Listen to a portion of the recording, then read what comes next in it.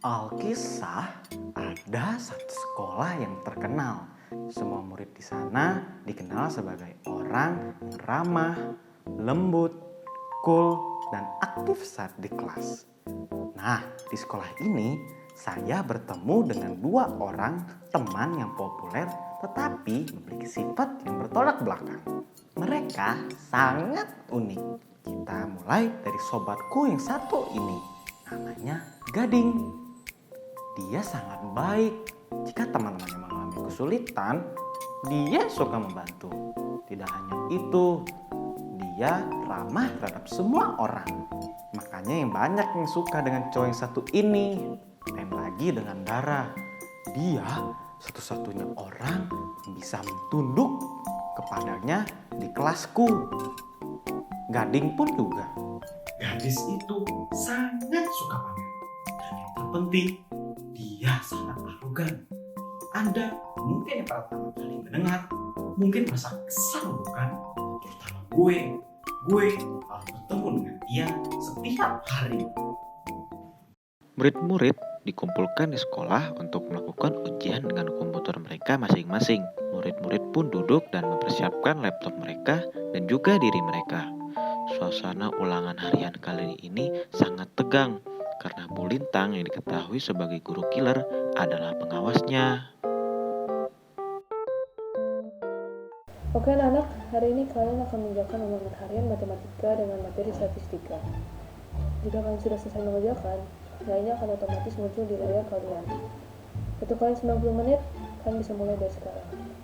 Di tengah-tengah mengerjakan, Dara yang bingung dan kesulitan untuk mencari jawaban, diam-diam mengeluarkan senjata rahasianya. Contekan dari laptopnya yang sendari malam ia telah siapkan, akhirnya ia gunakan. Beberapa saat kemudian, waktu pun habis dan sekarang semua murid sudah mendapatkan nilai dari hasil ulangannya. Dara menutup matanya sedikit. Ia merasa agak gugup untuk melihat nilainya. Terkejut dirinya setelah melihat nilainya yang berawalan 9. Tidak terima, Dara pun bangkit dari tempat duduknya untuk komplain kepada Bu Lintang. Ada yang bisa saya bantu, Dara? Bu Lintang, ini pasti ada kesalahan teknis dalam soal kan? Saya mau protes, Bu. Protes? Maksudmu?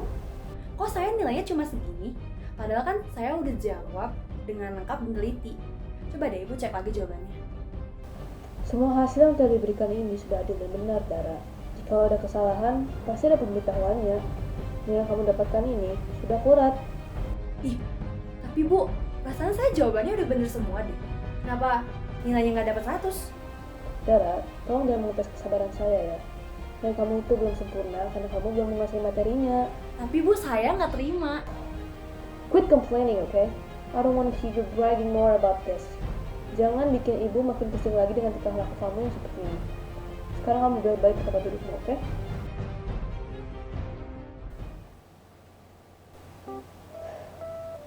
Oh iya anak-anak, ibu akan ke belakang dulu ya. Setelah pelajaran ini selesai, kalian bisa menyiapkan untuk pelajaran selanjutnya. Terima kasih. Ujar Bu Lintang yang pergi keluar dari kelas dengan dahi mengkerut. Terpaksa, Dara pun pergi kembali ke tempat duduknya dengan perasaan kesal. Perasaannya itu dibuat menjadi lebih keruh lagi dengan sosok Gading yang terlihat senang di depan komputernya. Oi, Gading, lo nilai ulangan dapat berapa? Hehe, coba tebak berapa nilai gua? Lo kira gue cenayang yang serba tahu? Ya mana gue tahu lah, makanya gue nanya. Aduh, tebak aja dulu. Oke, fine. Kalau kata gue sih lo dapat sekitar 80 atau 85 gitu. Ya kan? Gua dapat 100 nih, Ra. Keren kan? Dih, kok bisa nih orang nilainya lebih gede daripada gue sih? Demi apa lo dapat 100? Lo nyogok ya ke guru. Lah, lu kok mikirnya gitu sih? Kagak. Kemarin gua semalaman belajar, tahu nggak?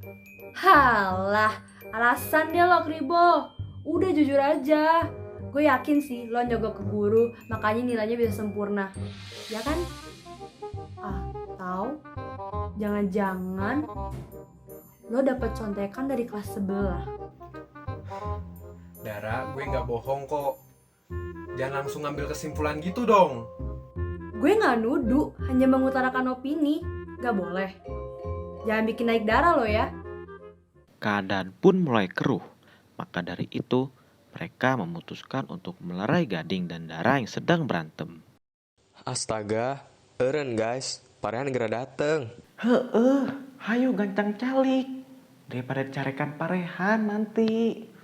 Setelah beberapa saat menunggu, Parehan, guru IPA di sekolah itu tak kunjung datang juga. Guys, gue baru liat chat nih, kebetulan banget di chat sama Pak Rehan. Pak Rehan bilang dia lagi sakit jadi nggak bisa ngajar. Chat lengkapnya gue forward ke grup kelas ya. Kids, I will be giving you a practical assignment about environmental pollution. You guys will have to collect and throw garbage from the nearby rivers around you.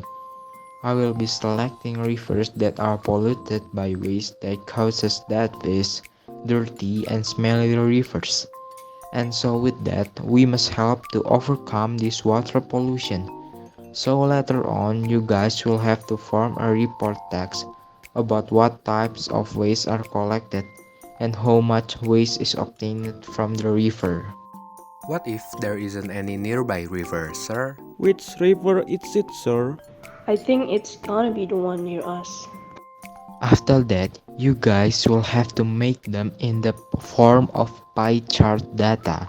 Tomorrow, we will be doing a presentation from the results of each report text you guys made. How many trash that we have to gather, sir? As much as you can. For today, you guys can start exploring the things you needed from the presentation. Don't forget to do it in earnest. How do we clean the river, sir? That's your job to explore right now.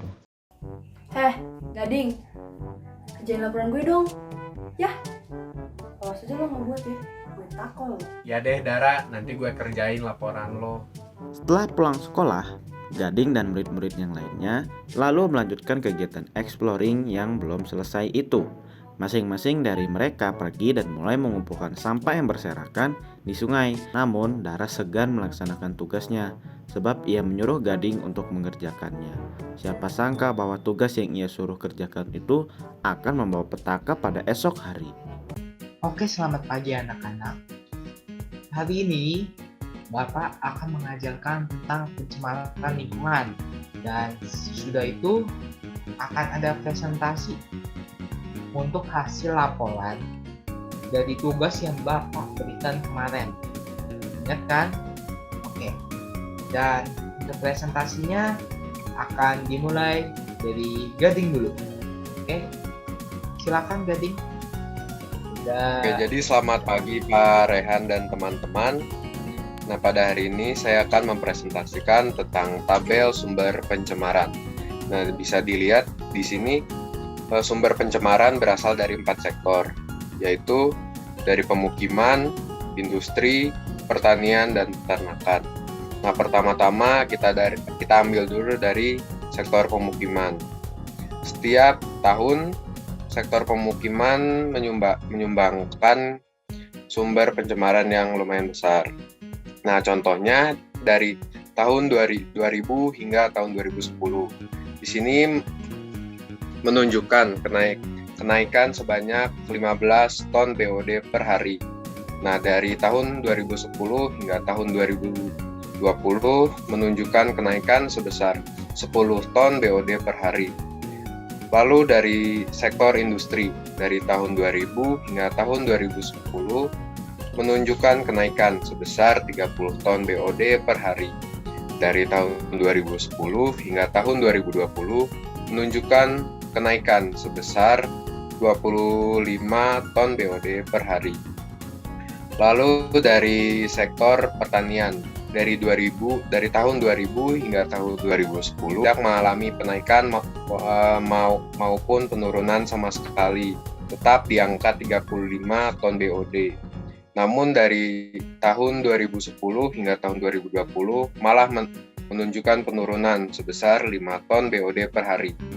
Lalu dari sektor yang terakhir yaitu sektor peternakan.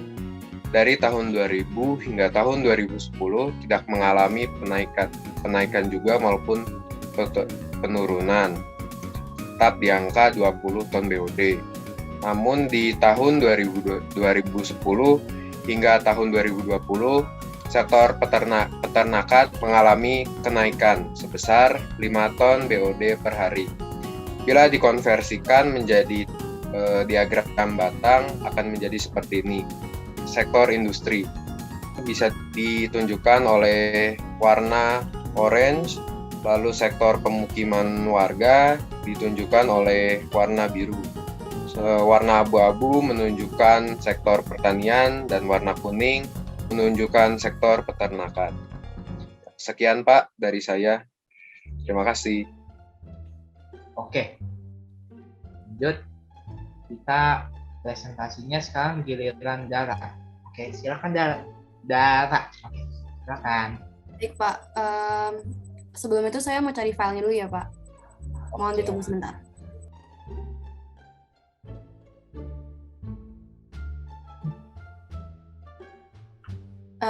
Maaf Pak, sepertinya untuk hari ini saya tidak bisa presentasi karena laporan saya kurang lengkap. Ya, gimana ya? Kan Bapak udah kasih tahu kemarin. Kalian juga kemarin udah bisa exploring. Terusnya tuh bisa lah hari ini presentasi. Udah, mau nggak mau. Bapak sebagai guru yang baik dan bijak akan memberikan nilai di bawah KKM untuk Dara. Jadi Dara harus remedial nanti ya, karena hari ini nggak usah presentasi. Oke, sekarang untuk orang selanjutnya kita pilih Mikael. Silakan Mikael. Boy, culun! Udah gila ya lo? Kenapa lo ngerjain tugas laporan gue asal-asalan? Lah, ya salah lu sendiri lah. Kenapa gue harus kerjain tugas lu dengan bener kalau lu sendiri bisa ngelakuin tugas lu dengan bener? Ya, serah gue dong. Hidup-hidup gue, terserah gue mau ngapain. Oh gitu, berarti terserah gue juga dong. Kan gue yang kerjain tugas lu, berarti hasilnya terserah gue. Bener-bener ya lo. Awas deh. Ya, udah hitam. Ribo, jerawatan lagi. Gak usah bawa fisik deh lo. Dan mereka pun bermusuhan dan susah untuk baikan. Panjang juga ya ceritanya. Sekian dulu deh cerita aku sebelum corona datang. Bakal kangen berat sih sama saat-saat aku ketemu dan ketawa bareng-bareng sama teman-teman di sekolah. Pas ada corona ini, Zoom jadi penting, masker juga penting, dan kita harus rajin cuci tangan. Stay safe ya guys, jaga kesehatan dan jangan sampai kena corona. And lastly, please enjoy the last gift for you.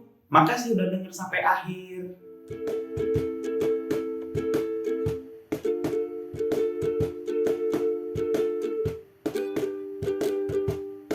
Di pagi sekolahku yang cerah, kulihat temanku Gading dan Dara. Dua sahabat yang tak pernah aku, sifatnya bagai langit dan bumi. Gading yang rajin dan baik hati,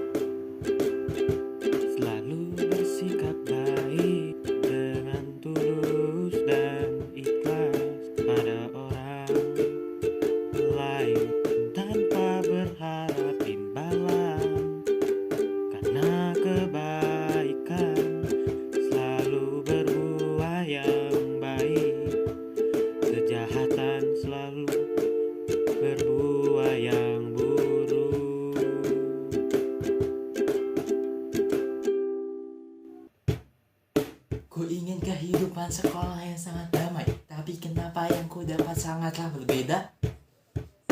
Spill dong, Besti. Saat ku lihat darah, badanku langsung bergetar. Ku lawan dia, dompetku pun langsung melayang. Tapi saat ku lihat gading rasanya berbeda. Hatiku senang dan langsung bersemi-semi, selalu membantu dan menolong sesama. Tapi kenapa dari segala kemungkinan mereka berdua disatukan di satu kelas? Aku tak bisa bayangkan lagi bagaimana kehidupan sekolah mereka berdua.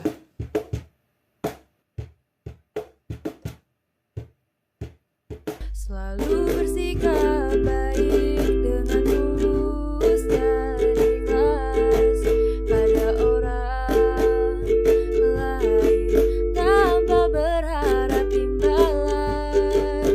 Karena kebaikan selalu berbuah yang baik, kejahatan selalu berbuah yang buruk. Selalu bersikap baik dengan tulus dan ikhlas pada orang lain tanpa berharap imbalan. Karena kebaikan selalu berbuah yang baik, kejahatan selalu berbuah yang buruk.